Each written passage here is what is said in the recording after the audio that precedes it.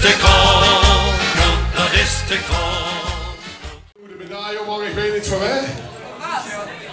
Van Vaas, heb ze weg door de stier gehaald.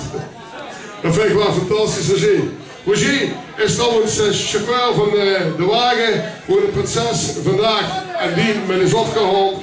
En daarvoor willen we Roger van harte bedanken. Roger, kom eens even hier. Ik gaat voor je. Als je dat op hebt, mag ze niet meer rijden. Alsjeblieft. Dankjewel.